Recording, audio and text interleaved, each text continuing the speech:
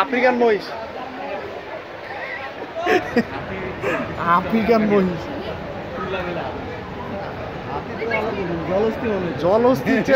উটের উটের উটের সমান হইব ওজন না?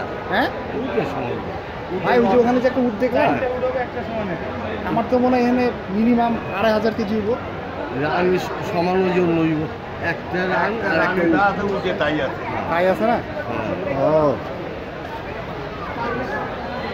এই তো মনে হয় পানি গরম লাগছে দেখা পানি তো ভিজা রাখতে